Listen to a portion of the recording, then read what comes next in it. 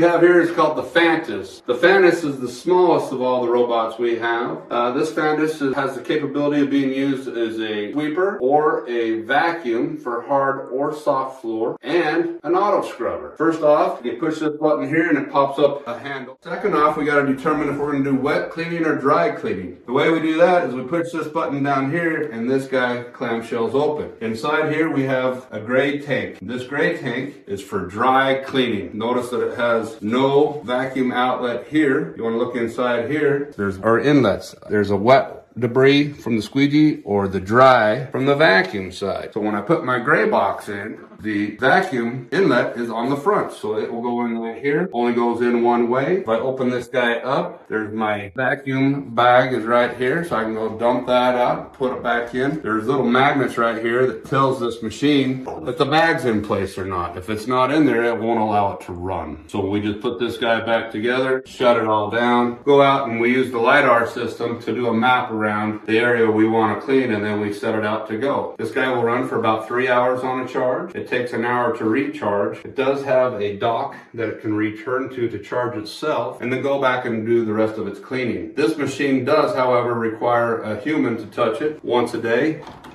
to empty that bag out. Now, so we want to use it for an auto scrubber.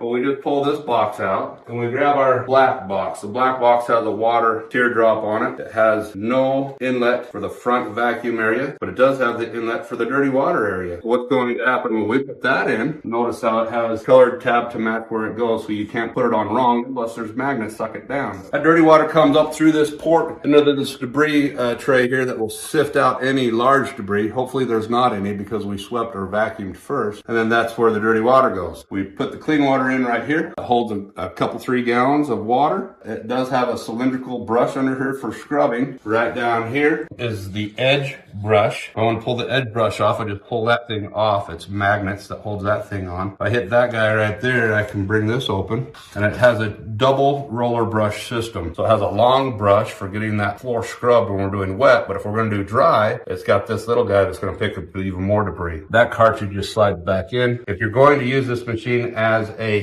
vacuum or wet cleaning, I always recommend doing your dry cleaning first and then do the wet cleaning secondary, so we're not trying to take a wet brush onto a dry surface. Okay, so on the back of this guy is where the magic happens. If we're going to run this thing with an auto scrubber, there is a squeegee underneath here that you can't even see. So if I take the guard off, there's my squeegee. So if I push those 2 buttons, I can pull the entire squeegee off for easy cleaning.